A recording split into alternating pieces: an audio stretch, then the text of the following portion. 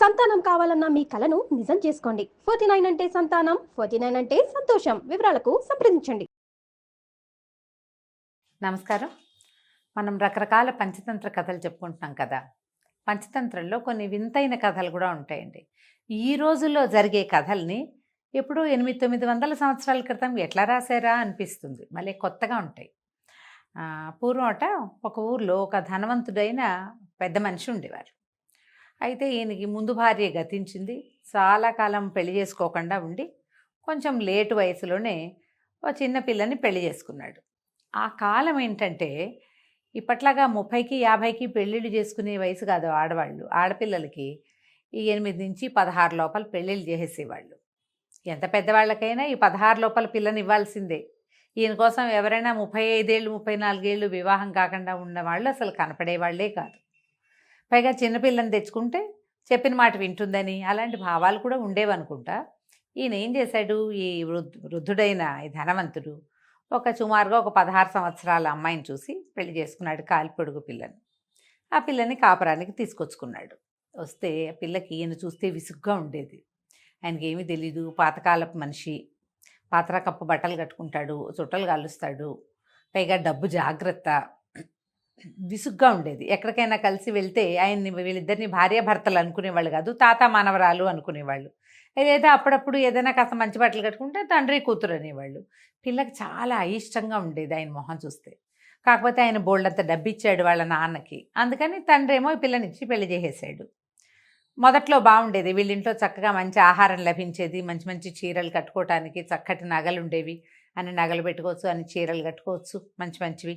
చక్కగా బళ్ళల్లో కార్లల్లో ఎక్కడికైనా, అప్పుడు కార్లు కాదుగా వాహనాలు ఉండేవి వాళ్ళకి. మామూలు ఎడ్ల బండి ఉండేది, తర్వాత ఏమో గుర్రబండ్లు అవి ఉండేవి. ఎక్కడికైనా వెళ్తే చక్కగా పాలకి ఎక్కి కూడా వెళ్ళొచ్చు.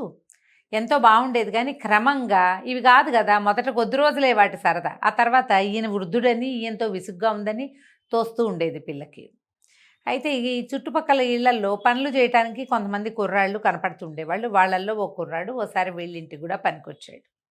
ఆ పనికి వచ్చిన కుర్రాడు ఈ అమ్మాయితో నవ్వుతూ పలకరించాడు, మాట్లాడాడు. పిల్ల చక్కగా 16-18 ఏళ్ల పిల్ల, అందంగా ఉంది, మంచి పోషణ జరుగుతోంది. ఈ ధనవంతుడింట్లో వాళ్ళు నున్నగా మెరుస్తూ బాగుంది. వాడు కూడా ఫ్రెండ్షిప్ చేశాడు. ఇద్దరు కలిసి స్నేహం చేశారు. చేస్తే ఆ పిల్లతో మాట్లాడి ఇట్లా ముసలివాడిని పెళ్లి చేసుకున్నావు, నీకు చక్కటి నవయువకుడు దొరకచ్చు అంటే నువ్వే ఎందుకు కాకూడదు అంది అమ్మడు. సరే బాగానే ఉంది. అమ్మ ఏమనుకున్నారు, మన ఇద్దరం కలిసి వెళ్ళిపోయి ఎక్కడికైనా పెళ్లి చేసుకుందాం అనుకున్నారు. కుర్రాడు ఒప్పుకున్నాడు. ఆ అమ్మాయికి మంచి సరదాగా ఉంది, జీవితం బాగుంటుంది కదా, ఈ ముసలాడితో పడి చావాల్సిన పనే ఉంది. సరేనంది. అయితే మనం రేపు రాత్రి వెళ్ళిపోదాం, మీ ఇంట్లో ఉన్న నగా నట్రా అన్నీ పెట్టెలు పెట్టి పట్టుకొచ్చేసేయి, మనం హాయిగా ఉండొచ్చు అన్నాడు. ఈ ముసలాడిని వదిలేస్తుంటే వీడి నగా నట్రా నాకెందుకు అనుకోలేదు అమ్మడు. ఎవరూ అనుకోరు చూడండి కదా. ఏం చేసింది, మొత్తం ఇంట్లో ఉన్న నగలు నాణ్యాలు తనకి పెట్టినవి, తనకి వాళ్ళింట్లో ఆల్రెడీ ముందు నుంచి ఉన్నవి ఖరీదైనవి రత్నాలు అన్నీ కలిసి ఓ సుమారైన సలీసుగా ఉన్న పెట్టెలో పెట్టి పట్టుకుని వెళ్ళింది. పట్టుకెళ్ళిన తర్వాత ఏమైంది, వీళ్ళిద్దరూ ఊరు దాటి వెళ్ళిపోతుంటే అక్కడ ఒక నది అడ్డం వచ్చింది. నది కొంచెం పొంగు మీద ఉంది. కుర్రాడు అన్నాడు, అమ్మాయి నువ్వు ఇక్కడే నుంచో, ముందు నేను ఈ పెట్టే, అమ్మాయి బట్టల మూట కూడా ఉంది, ఇవి 2 బరువు కదా, ఈ 2 పట్టుకెళ్ళి అవతల గట్టు మీద పెట్టి నిన్ను వచ్చి తీసుకెళ్తానన్నాడు. ఈ అమ్మడి ఇక్కడ నుంచుంటే వాడు ఆ గట్టుగా నది కాస్త దాటేశాడు. అది పెద్ద నదిగా లేదు, ఒక 3 బారలు మాత్రమే వెడల్పున్న ఒక పెద్ద సైజు కాలువ అనమాట. అంటే నది తాలూకు ఒక కాలువ ఆ పక్క నుంచి వెళ్తోంది. ఈ పిల్ల దిగి దాటలేదు, దానికి ఈత రాదు, భయము. వాడు అవతలకు వెళ్ళిపోయాడు.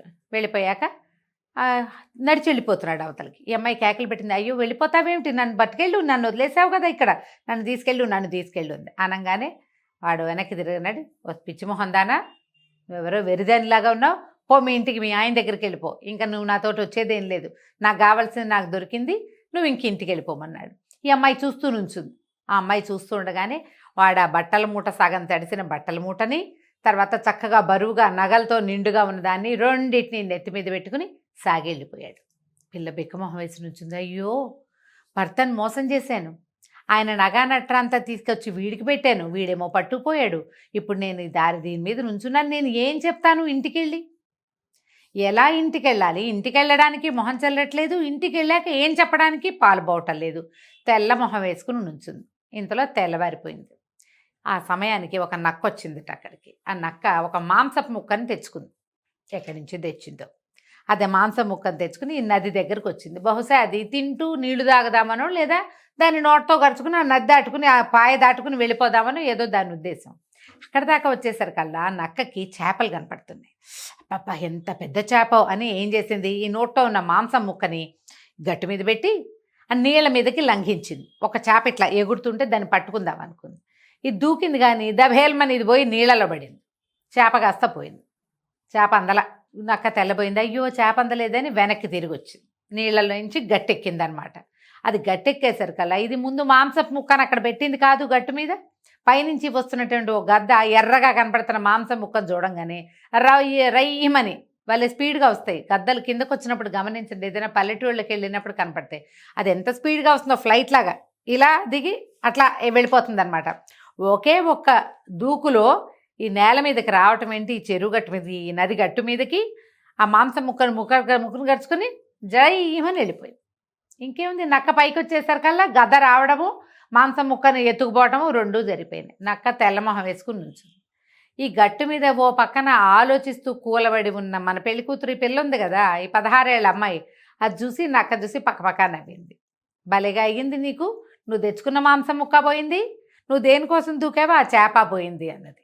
నవ్వొచ్చింది అనమాట దానికి. అనేసరికల్లా నక్కంది, నా మాంసం ముక్క పోతే నేను మళ్ళీ తెచ్చుకుంటాను, నీకేమో కట్టుకున్న మొగుడు పోయాడు, ప్రేమించిన ప్రియుడు పోయాడు, నువ్వు మాత్రం ఏం చేస్తావు, నీకు ఇంకా దిక్కే లేదు, నీకు ఇంకా చెరువే దిక్కు, నాకు పర్వాలా నేను ఇంకేదైనా వేటాడుకుంటానని పోయింది నక్క.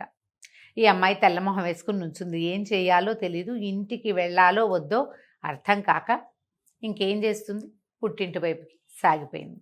ఈ కథలో చూడండి మనకి ఎండ్ ఏమైంది, ఈ అమ్మాయి ఎట్లా ఎండ్ అయింది, భర్త ఏమన్నాడు, దొంగ పట్టుపడ్డా, ఇవన్నీ ప్రశ్నలు ఉంటాయండి. ఆ ప్రశ్నల్లోకి అసలు వెళ్ళొద్దు మనం. బేసిక్ థింగ్ చూడండి, మనకి ఎక్కడైనా ఏదైనా చాలా సమస్యగా ఉంటే ఆ సమస్య తీరటానికి మనం ఒక సమాధానానికి పట్టుకుని దాని దగ్గరికి వెళ్తాం. మన సమస్య తాత్కాలికంగా తీరిపోగానే అప్పుడు మనం కొత్త ఆలోచనలు చేస్తాం. ఈ అమ్మాయికి పుట్టింట్లో డబ్బులు లేవు, అస్సలు ఆస్తే లేదు, వాళ్ళకి తిండి తినటానికే లేదు. తిండి బట్ట సాగితే చాలని వాళ్ళ నాన్న ఈ అమ్మాయిని ధనవంతుడికిచ్చి పెళ్లి చేశాడు.